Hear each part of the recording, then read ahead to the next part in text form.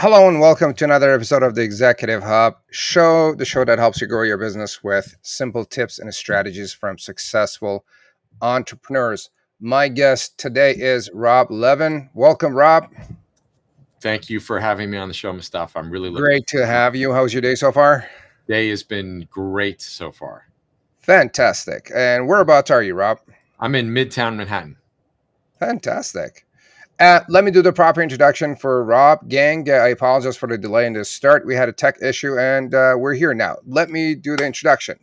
Rob Levin is a serial entrepreneur with over 30 years of experience helping small and mid-sized businesses run their businesses better. In 2018, he co-founded WorkBetterNow, a game-changing venture that provides US-based businesses with exceptional talent from Latin America. WBN has already empowered hundreds of businesses to thrive in the face of the talent crisis. Rob, what's it like out in New York right now? Little overcast, which I'm a little bit bummed about because I was hoping to cut out early and watch a concert in Central Park. Which I'm if it's just drizzling, I'll probably go anyway. Fantastic.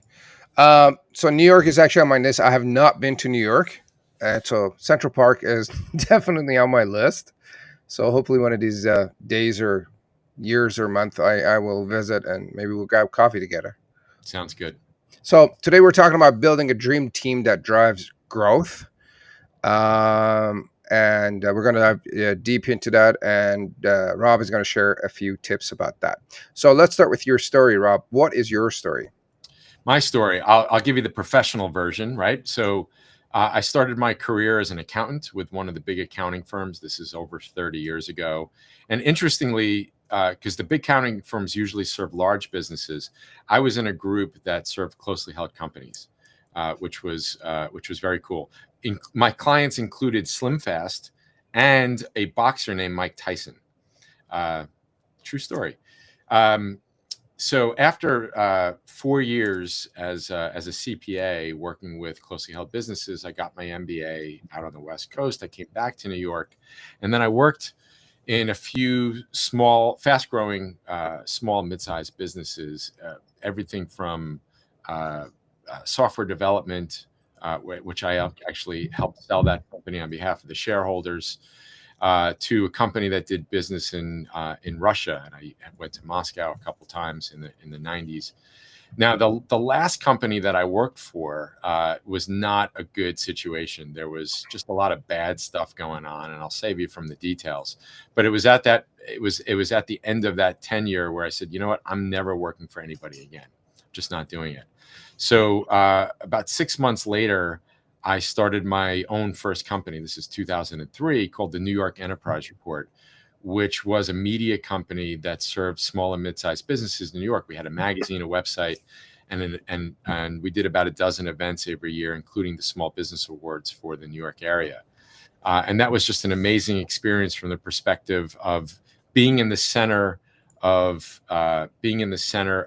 the New York area business community, the small and mid-sized business community, entrepreneurs, which I love. That's just my world. And I built up one crazy network over those years, which I'm still both in touch with and actually leveraging to some degree.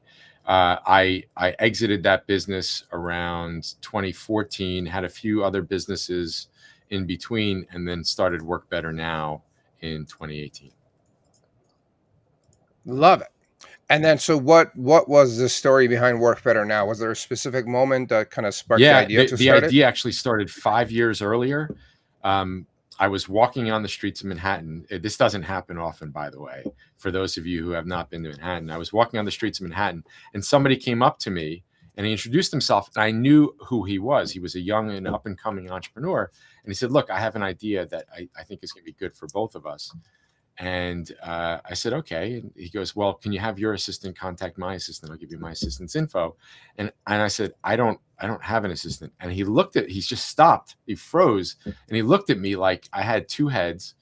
And he said, I can't believe that Rob Levin, publisher of the New York Enterprise Report, doesn't have an assistant. He goes, all right. He writes on a piece of paper his number, and he said, call me tomorrow. And rather than talk about the opportunity, which we ended up working on a few months later, he explained to me why I'm insane for not having an assistant. So a few months later, I hired my first assistant and totally changed my life. And the assistant was based in El Salvador, and the company she worked for was based in El Salvador. And because I know so many business owners over the years, people would ask me about my assistant. They knew she was not in the office with me, so I was referring a lot of business to this other company that she worked for. And then at some point, I said, you know what, I can do this much better. Um, and the reason I felt that, among others, was because I didn't feel like they treated my assistant very well. And it wasn't just her, it was other people in the company. And by the way, that assistant is now the general manager of WorkBetterNow. Just a little funny Oh, part of wow. this. So in 2018, I'm in a bar in Portland, Oregon with one of my college roommates, and I'm telling him I'm going to start this business. And he goes, I'd love to do this with you. And I said, cool. I said, but I paused for a second. I said, you have to agree to something, which is really what'll be the first core value of this business, which is we're going to put our talent first. And a lot of people are like, what do you mean you're not going to put your customers first? And I said, no. By putting our talent first, we'll take care of our talent. They will take care of our clients. Everything will be better. And I could talk about that, by the way, for an hour. And then it was at that bar we came up with the company name and our first core value and started the business. Beautiful. So, who do you serve, and what is the Yeah. problem So that you when we solve for them? started, what we our motto was every business owner should have an assistant, and our business was providing assistance to business owners, just pure and simple. What we and the problem that we're solving, that problem, and then I'm going to tell you how it pivoted. That problem is business owners should be spending 80% of their time on high payoff activities, or as Dan Sullivan from Strategic Coach says, 80% of their time on their unique abilities. Those are the things that drive a lot of value, that they're very good at, that they're uniquely good at, and that they like doing, right? Yet most business owners are spending 15 to 20% of their time, and that's what's actually holding, one of the main things that's holding their I'm back. company back. So that's how we started. That was the problem we solved, is by providing amazing high performing talent as business owners. What happened along the way is a friend of mine here in New York, he has a messenger service, RDS delivery services. He hired somebody in, I think it was late 2020. And then I turned around, and before I knew it, he had 4 people. And I called him up and I said, Larry, I know business is good, but you need 4 assistants? He goes, no. He goes, I hired my first assistant. It turned out she was great at marketing. So I made her a marketing coordinator. And then she helped me hire my next assistant. And turned out she was great at inside sales, so on and so forth. So within a week, my partner and I decided to pivot the company to not just provide assistance, but to provide many different roles in 5 different categories for business owners. And the problem we're solving is a little expanded now. It's not just helping business owners get their time back to focus on high payoff activities, but to deal with the talent crisis. There's simply not enough people in the workforce that are suitable to work for small and mid-sized businesses. And if you can find them, they're extremely expensive. We have high-performing talent from Latin America that work for small and mid-sized businesses in the U.S. and a few in Canada as well. Beautiful. Give us an example of a client you work with. Say, what was the challenge and how did you Yeah. help So them? I'll give you a different example. Happens to be a New York company, but we serve clients all over U.S. and Canada. I'll give you another example, which is Eastman Cook Construction, commercial construction company here in New York, very competitive. The first thing we did to help them was to provide an assistant for the owner, for Peter Morandi. Again, he's out on job sites all the time. Bids, people want them to bid on new projects, and of course, in construction, there's always a problem coming up, right? It's construction, especially here in New York. And so we first helped him with an assistant for him, so that he got his time back. He's able to spend time on his high payoff activities and leave almost all of the other stuff to his assistant. We've helped him hire. We have actually 5 people with them right now. But the other one I want to mention is, this is really interesting. the estimating department is a really important department in commercial construction, because they're the ones putting out the bids. You have to put out bids that are low enough that you're going to get the work, high enough that you're going to make money. Really hard to do with changing prices and changing specs and all of that stuff. And his estimating department was way overworked. And the estimators make a lot of money, and hiring another estimator, again, big expense. Peter came up with the idea of, why don't I get an assistant, an estimating coordinator for the estimating department, which we helped him do. And one of our WorkBetterNow certified professionals is now the estimating coordinator. I can't remember her name right now. And it's been a game changer for not only the estimating department, but for the company. 20% more bids accepted. Bids are getting done quicker, which is what the people who want these commercial construction projects done are looking for. They want quick bids. They want accurate bids. Everything's just improved. The power of departmental assistance is really huge, and that's one of the things that we help our clients with. Beautiful. Oh yeah, if you could speed up the process for 20-30% for a client, that is massive time and cost savings, and yeah, helping them get projects sooner, faster, more streamlined process. The whole nine, right? It's one of our coolest stories. It's one of the coolest stories I'll have to tell. Beautiful. So, how do you go about finding talent in South America? Throughout Latin America, Central America too, and the Caribbean. So I think it's, first of all, it starts with our first core value, which I mentioned earlier, which is we put our talent first, and that reputation starts to spread. Because of that, we have a great employer brand throughout Latin America, meaning we get thousands of applications every month, thousands and thousands. And that's really where it starts.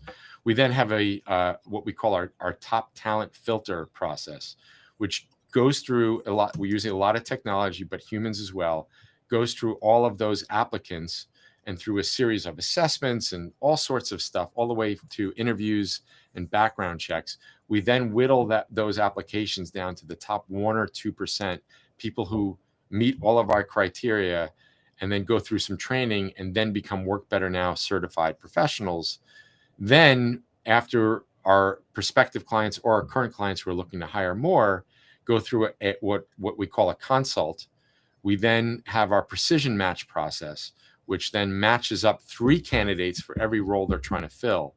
And then those 3 candidates are interviewed by the client or prospective client. And then once they select one, sometimes they select 2, they can get started in about 4 to 5 business days.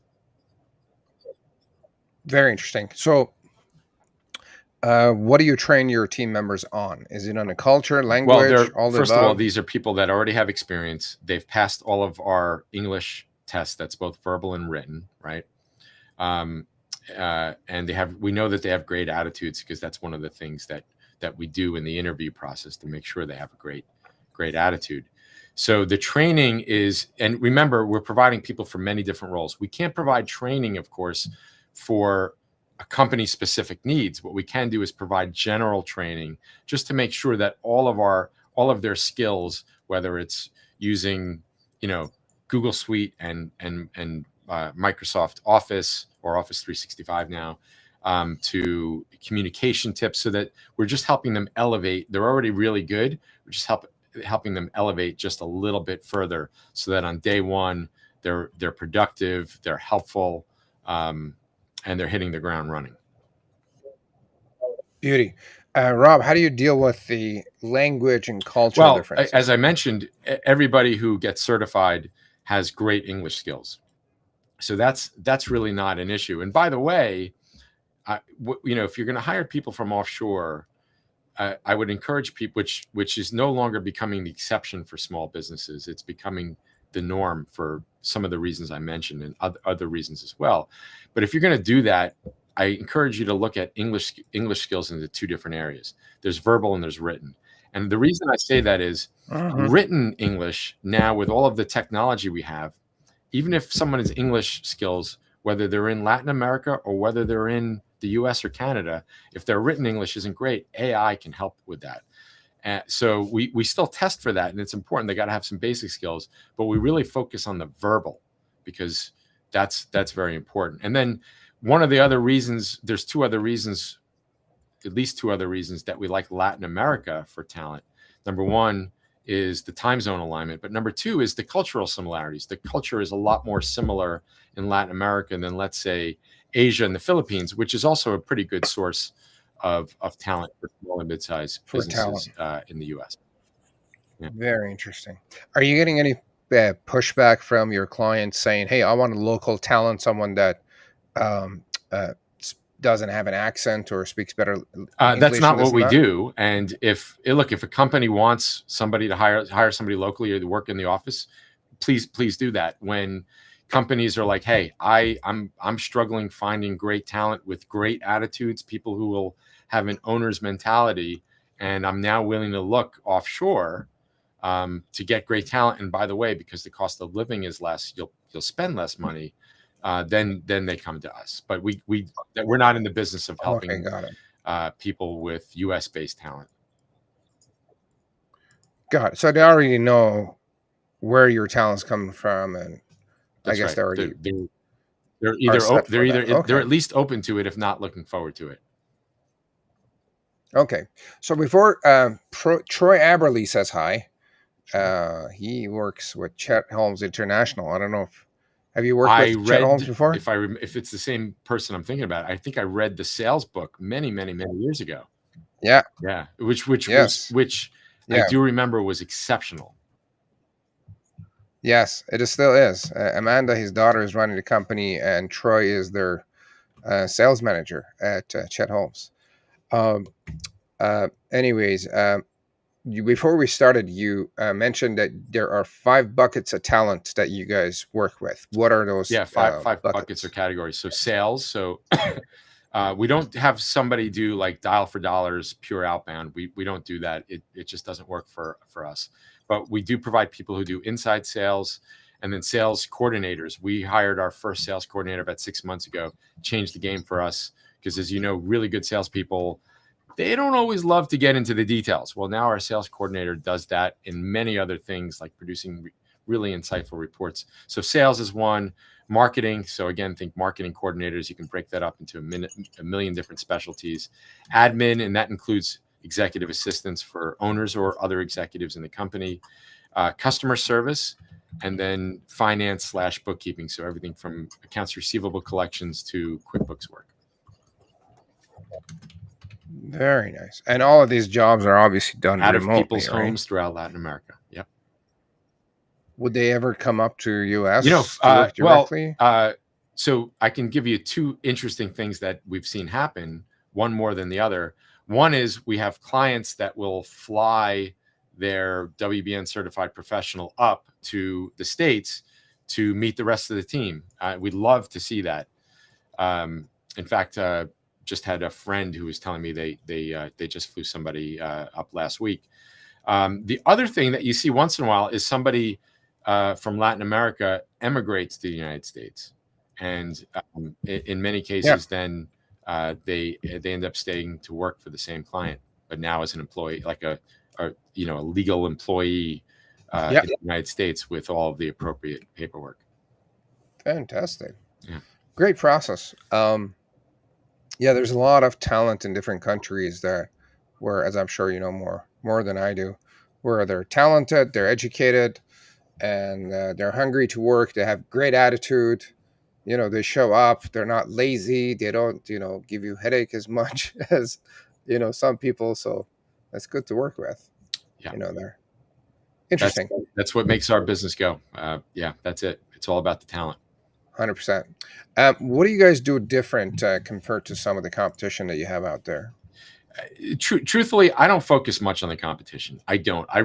We really focus on the customer experience. So I can't speak about what we do different because I don't really care. It's just how do we continually improve the customer experience? The things that I know that we do well, again, I can't tell you how different it is. I can imagine it's different, but I don't know that as a fact. Again, we put our talent first, and because of that, we attract and retain great talent. We don't have contracts. People are like, well, you should have contracts and lock people up. I don't believe in locking people up. It just doesn't make any sense. If it's working, which it does 90, I don't know, 6% of the time, great. It's not working for you. We totally understand. If we can't fix the problem one way or the other, then if it's not working with you, we can just part ways. And then I think the other thing is we have just a very easy process. There's a 20-minute consult. You have these interviews. If you compare that to what it's like to hiring directly, right? Posting a job on LinkedIn or Indeed, going through hundreds of resumes, getting ghosted half the time, interviewing all of these people, assessments, blah, blah, blah. We took all of that and we really simplified it and made it easy. Interesting. Rob, what is your pricing model for what you do? Yeah, it's very straightforward. Regardless of what role you're hiring for, it's all one price. It's $2,550 US dollars per person for each full-time dedicated professional, and that's all we provide is full-time and dedicated professionals. That price goes down as you hire more people. So we actually have a client with, I think the last I saw was 28 or 29 of our people. Wow. So pricing does go. It's all up on our website, but it's just very straightforward. Now we do have some clients that have promoted our people and elect to pay more, and all of that extra, 97% of that additional funds, we call them recurring bonuses, all goes to the certified professional. We have several clients that do that, in addition to paying, let's say, annual bonuses and stuff like that. So it is just $2,550 per hire. Correct. Per month. Do you guys do part-time hires too for clients? Nope. Only full-time. Correct. Interesting. So it's just a one-time fee. There's no recurring. No, that's the recurring cost every month. 2,000. You pay us. That's it. You don't have to worry about payroll taxes and all of that other stuff. And think about it as like talent as a service. I see. Okay. Yeah. Okay. So they still work. These are you supply the team members. They pay you. You handle the team members, and you take care of the pay and the rest of it. Oh, interesting. Yeah, Rob, give us some of the milestones that you have achieved along the way since you started. Well, the way I look at these, first of all, is what were pivotal moments for the company, and I kind of briefly touched upon a few. I think one of them. Oh, John Schuback just joined us. John and I went to elementary school together. Hey, John. It's a small world. So it started, I think, that day that we started the company, where we came up with our first core value. I think that's where it started, which was putting our talent first. That, I think, was a pivotal moment for us. The next pivotal moment was the pandemic, because the pandemic forced everybody to get comfortable with remote talent. So that element of what we do, because what we do is very unique it's very strange to people. Like, people working remotely, they're not in this country, they're not on my payroll. It's a lot to grasp, right? So I think the pandemic was a pivotal moment, because what we found is at the end of 2020, sorry, looking at the comments, at the end of 2020, we started to see demand pick up and referrals pick up significantly. So I would say that was a milestone for us. The other moment, which I mentioned, was when we pivoted, which I think was in 2021 or 2022, when we pivoted from just providing assistance to business owners to providing well over 40 roles in those 5 categories that I mentioned earlier. And then, I guess we can look at making the Inc. 5000 being 114 on the 2014 Inc. 5000 list. Last year was really cool. I've been reading Inc. since I was a kid. I was reading my dad's Inc. magazine when I was a kid. So that was a pretty cool moment. And then getting the Inc. Power Partner Award last year was also very cool, which means Inc. has certified that we're a great partner or vendor to small and mid-sized businesses. And then the other thing that I guess I'm really proud of is, I don't know if people are familiar with NPS scores, Net Promoter Scores. This is the degree that which people will recommend you as, they'll recommend you to a friend.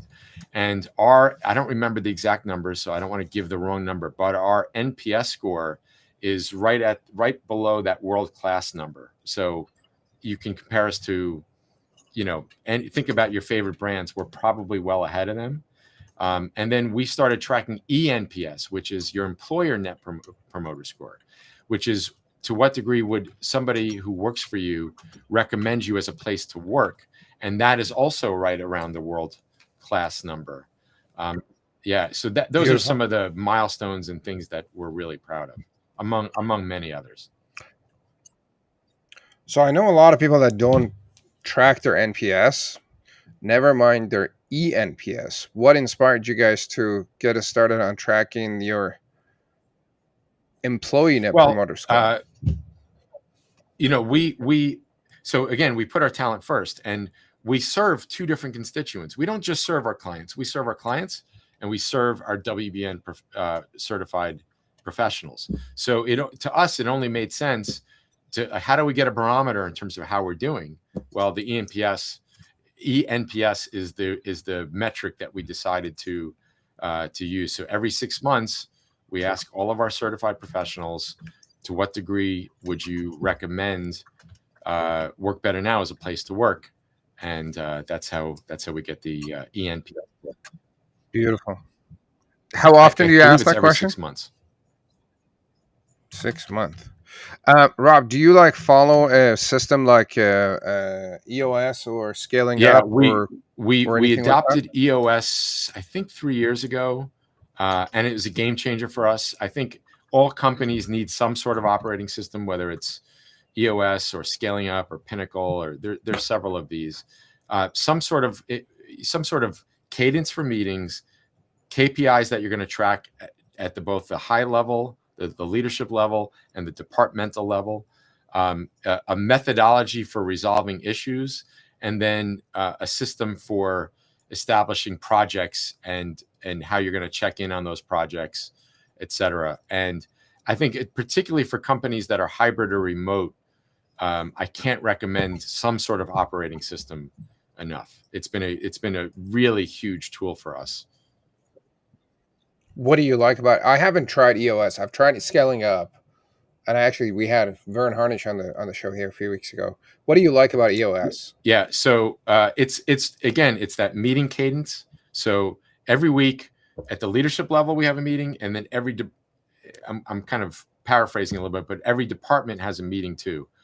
And that might seem like, oh, there's another meeting, but it's amazing what gets done, because at that meeting, we're going over our KPIs, right? Are we on track? Are we off track? If we're off track, well, then let's create an issue. We're seeing where we are, and I'm summarizing here, but we're seeing where we are with our rocks. These are our quarterly projects. What's the status? Is anything off track? If so, let's discuss how do we get it back on track. And then we're going over our issues. These are things that come up during the meeting if KPIs are off or rocks are off, or things that might come up during the week. Hey, this is something I want to talk about with, in my case, it's the leadership team. And it's just so productive. Some of those, they can be challenging in those meetings, and you can be dealing with tough issues and stuff like that. But now you have a way to address all of that. And I just 100%. Can't recommend some sort of operating system enough. 100%. I was working with a dental client of mine, and these guys had massive disconnect with their team members. They had 2 or 3 team members that were what I would call bad apples, and they would just walk around and drive the team crazy almost every day. And then they were not meeting and connecting on their issues. Yeah. To your point. So we're like, do you guys meet like every day or every week? They're like, no. What do we need to meet for? We know what we're doing. We're like, no. You need to review KPIs, the project for the day, how many patients coming in, what are the problems from yesterday or today, and the rest of it, so you can address it. So I started doing that, on all of a sudden, they're like very quick jump in customer satisfaction, employee satisfaction, sales went up, the whole 9 yards.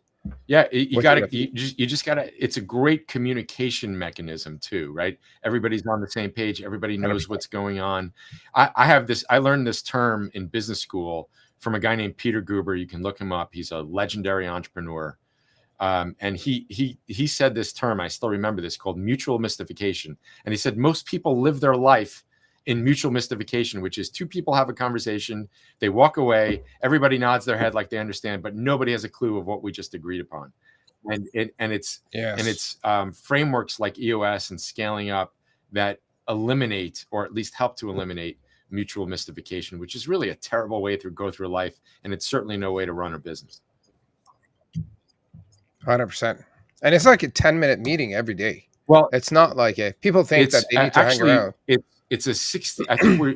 I think departmental meetings are 60 minutes a week, so it's about 10 minutes a day, the Yeah. equivalent of. Yeah. And then our leadership meetings are 90 minutes every week, and then we do a quarterly, which is 3/4 of a day, and then annually it's a 2-day meeting, and it can Yes. be grueling, but we get a lot of stuff done.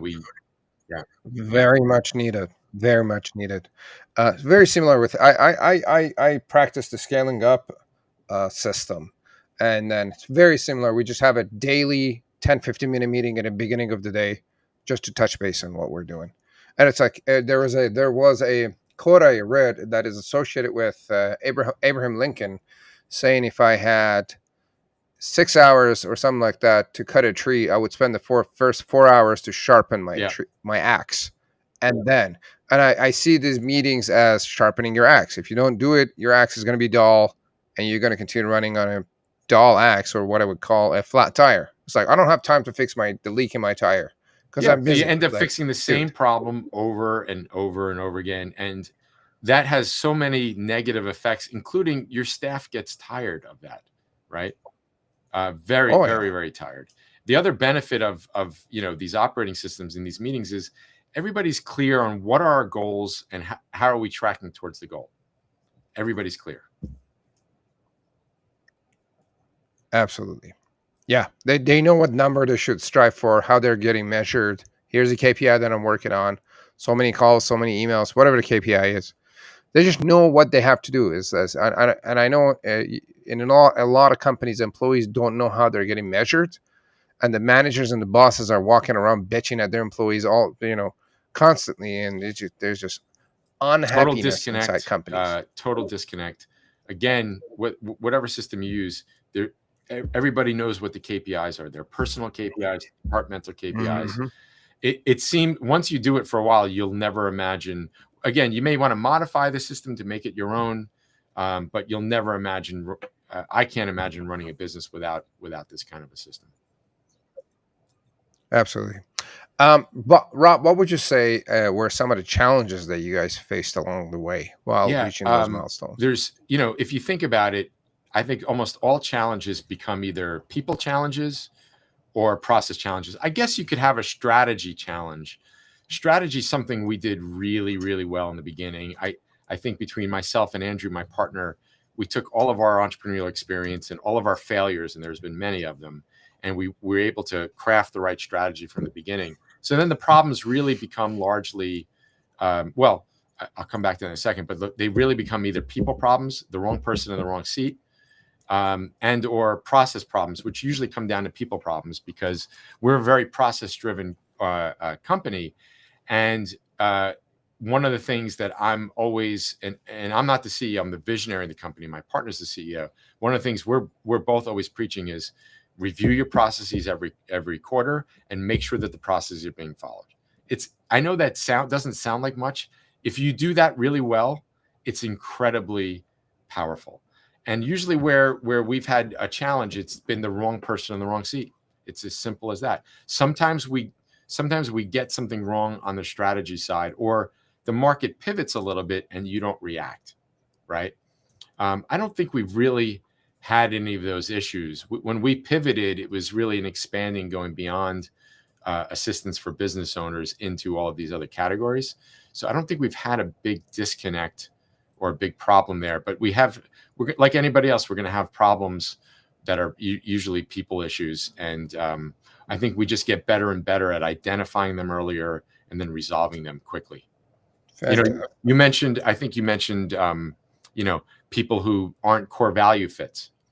I had earlier today, Jen Berkowitz on my podcast. This will come out in a few weeks. And she's a scaling up coach. And she showed this little card, and I can't describe it to you, but the big takeaway from that is the most dangerous type of employee is the employee who's a really good performer but a poor core value fit, because they're just going to be spreading sickness throughout the Yes. company. And those Yes. are the hardest ones to let go of, because you're like, he or she is killing it. Yes. Yeah, but they're also killing your culture. And, Yes.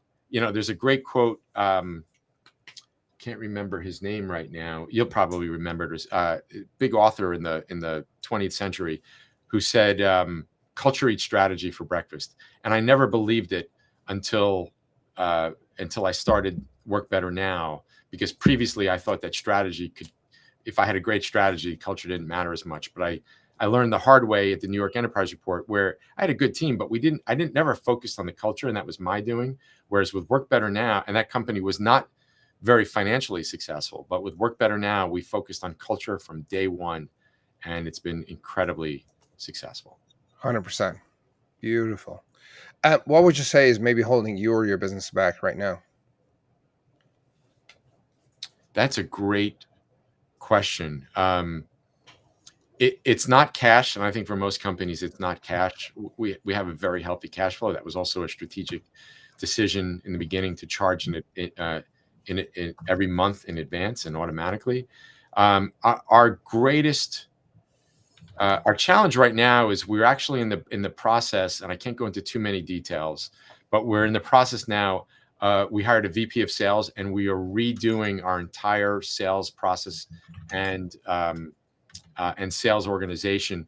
This is going to sound unbelievable, but 95% of our business over the years has come from referrals, and we're Yeah. now gearing the company to go beyond referrals, which is quite challenging. So this is a challenge that we're working on right now, and I think we have we have great leadership.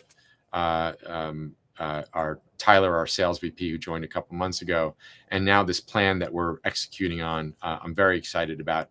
We'll be launching that within the next 30 days. Beautiful. Yeah, I think, 95% of businesses get 95% of their business from referrals, and they're very dependent on referrals.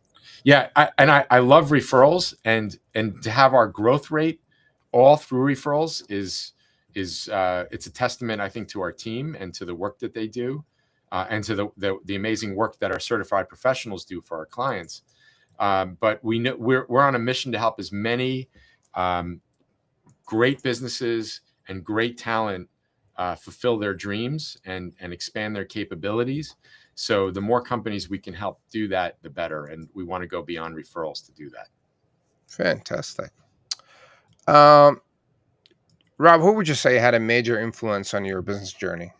So I've been fortunate that I've met many well-known entrepreneurs, right? Because again, through the magazine, and I've met a lot of entrepreneurs that nobody's ever heard of that have been extremely successful. And I'm a lifelong learner, so I'm always asking questions, not about what people do, which I do ask, but I ask people, how do you do that, right? So I give you an example. I'm not going to mention any names, but a friend of mine had a big restoration business here in New York. He had a fantastic exit, and I learned from him at the same. And restoration could be a crazy business, like 7 days a week, problems coming up all the time, and yet he had a very normal life, and he took a lot of vacations and stuff like that. And I said, how do you do it? And one of the things is he found great people on the executive level, and that cascaded throughout, and he paid them exceptionally well. So that's one thing I learned, for example. And he had a great culture. But two people that immediately come to mind, and this is two of many, many, many. I'm going to say three people. One is Norm Brodsky, who wrote a column for Inc. magazine, I think, for 3 years. Just a legendary entrepreneur. And then another is Jack Daly, who built up several entrepreneurial companies with fantastic exits. He now serves as a coach, and has been one of the world's top speakers for the past, 20 years or so. And then the other one that comes to mind, Dan Donnelly, who had a huge HVAC business here in New York, and just a legend here in New York. Three people that I become very friendly with, and just standing next to them, they're their wisdom kind of oozed onto me. I've been very fortunate that way. And again, those are three out of many. Many. Yeah. Very interesting. If you could go back and give yourself a piece of advice when you were first starting this business, what would it be? Sorry, you dropped out for a second. This business or my previous business? This business. No, this business you're working on. If you could go back and give yourself a piece of advice. You know, I don't know if this is advice, but the thing that popped in mind, and when we started this business, when my partner and I started the business, and you remember I said he wanted it. We were in a bar and he wanted to do this with me, and I said sure. The part I left out is I said, all right, I'll bring in all the business because I know a million entrepreneurs, and we'll get business out of them. I said, and you're going to run the business, and I said I'm not going to be involved really at all. Well, I was involved certainly in the beginning with the strategy, and my assistant, who's now the general manager of the business, was our first employee, and before then she was helping out. But I really didn't get involved. I had two other businesses at the time, and I do wonder if he and I would have just gone at this really hard back in 2018, if maybe we would be a little bit further ahead. But the truth is, Mustafa, I have zero regrets. Very nice. Good stuff. Do you read books? Constantly. I read a lot of books, and I always have a stack of books that I want to read. Beauty. Give me two of your favorite books. Well, I mentioned two of my time. favorite entrepreneurs. So Norm Brodsky, his book The Knack, or I think it was renamed Street Smarts, is just such a good book because it has real world stories of entrepreneurs who made it and entrepreneurs who didn't make it. And spoiler alert, I think there's at least a few pages on me and my experience with the New York Enterprise Report, which, as I mentioned, was not a great financial success. But that book is a very inspiring book. And then Jack Daly has a couple of books that I loved. One is Hyper Sales Growth, which is I think we mentioned Chet Holmes, and I can't remember the name of that book, but I remember that was one of the few sales books that I liked. The other one, Jack Daly's Hyper Sales Growth, is just it's a must read for anybody in sales or anybody in sales management.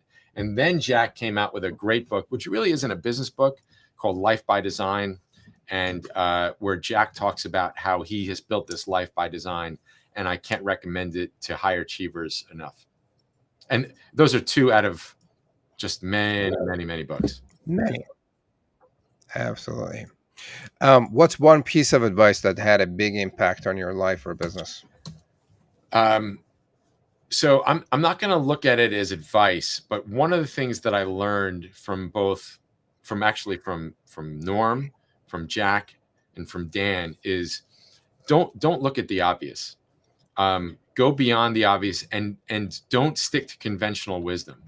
And that's kind of affect the wiring in my brain, so that when we're having a company meeting and we're talking about something and everybody's like, oh yeah, that makes sense, I'm gonna usually try to pivot and think about this, not to be a pain in the butt, but to be a true devil's advocate, to think about it from another perspective. And to that degree, I really love this concept of first principles thinking, which is, let's get to the root cause of the issue, right? Let's not just deal with the issue superficially.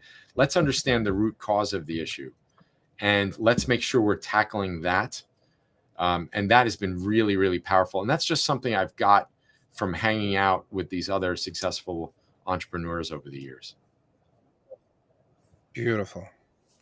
Yeah, first principles thinking is powerful process. I love what you said. Don't look at the obvious. Go behind, or don't stick to the conventional wisdom. Just go further and behind. And there's another author that I'll recommend, Shane Parrish. He's got a podcast called The Knowledge Project. He's got a couple of books out, and I think there was one on decision making, or maybe it's called Clear Thinking. I can't remember. But that's when if you really want to understand first principles thinking and stuff like that, check out Shane Parrish. Amazing resource. Beautiful. Rob, this was a great conversation. We had a good chat, and you shared a ton of good information about hiring and putting your team together for growth, and the importance of having an assistant, and hiring on time and the rest of it. Is there a question that I should have asked that maybe I didn't? I'm going to pick a quick topic, and I'm going to give you the question, and then you can ask me it, because I think it's really important for.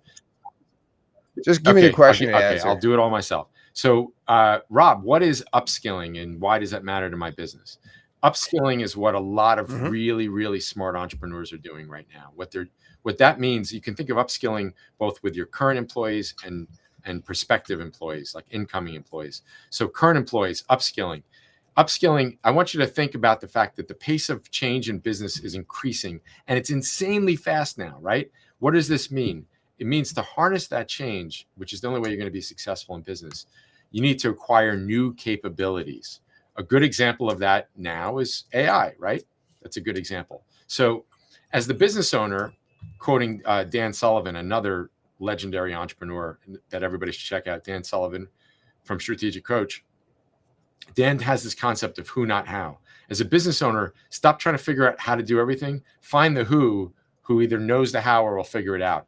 Upskilling is a great opportunity to do that. Let's say, hey, I know we got to bring AI into the company. Okay, so upskill, train either internally or in this case, externally. There's so much training out there. You Google AI training. You can get free courses from ChatGPT, from Google, from LinkedIn, etc. And let them take these courses, pay for them if you need to, have them bring what they're learning into the company. That gives you a new capability. And now given them a reason for a promotion, for a raise. You win, they win. If it's an incoming employee, you might find somebody who you're interviewing people. Hey, this candidate here, great core value fit, great cultural fit, but we have these 10 boxes, these 10 requirements that need to be checked, and they only checked 8. Hire that person, upskill them on those other two skill sets. Again, whether it's AI or maybe they know CRM, but they don't know, you use Salesforce and they don't know Salesforce. They'll learn Salesforce, right? Hire somebody on the core value fit, upskill them on whatever skills that they're missing and those capabilities that you want to bring into the company. Beautiful. That was amazing. Where can people reach out, learn more about you and what you do? And I guess you said you have a book coming up. If you want to find me, the best place is LinkedIn. Rob Levin. If you type in Rob Levin, I'll probably pop up. If not, just type in Rob Levin WorkBetterNow into Google. You'll find me there pretty quickly. From there, you can also get access to my podcasts, which you can also get at greattalentpodcast.com. And that's the intersection of small, mid-sized business and talent, which is one of the biggest drivers of your success. And if you follow me on LinkedIn, you will also get updates when the book comes out later this year. The book is called The New Talent Playbook, The Ultimate Guide for Building Your Dream Team. I'm really looking forward to that coming out later this year. And then, of course, if you're interested in learning more about Work Better Now and you want to check out all the content we have there, workbetternow.com. Beautiful. So, gang, reach out to Rob Levin on LinkedIn and go to workbetternow.com to stay in touch. What they have going on is a neat process and a great service, which I think that the headache of hiring, spending upwards of 30 to 50 hours per hire is replaceable. You could have Rob and his team take care of that for you, and don't deal with all that headache. They will do it for you, and they'll probably make 3 good recommendations, and you could just test and try and pick the one that you like. You've been listening to and watching another episode of the Executive Hub Show. If you have any questions for me or Rob, put them in the comments and share the links of this conversation with someone that could benefit from talent and the service that they offer, and we'll go from there, and we'll see you on our next episode. Hope you guys have a great day, great week, and we'll see you later. Bye now.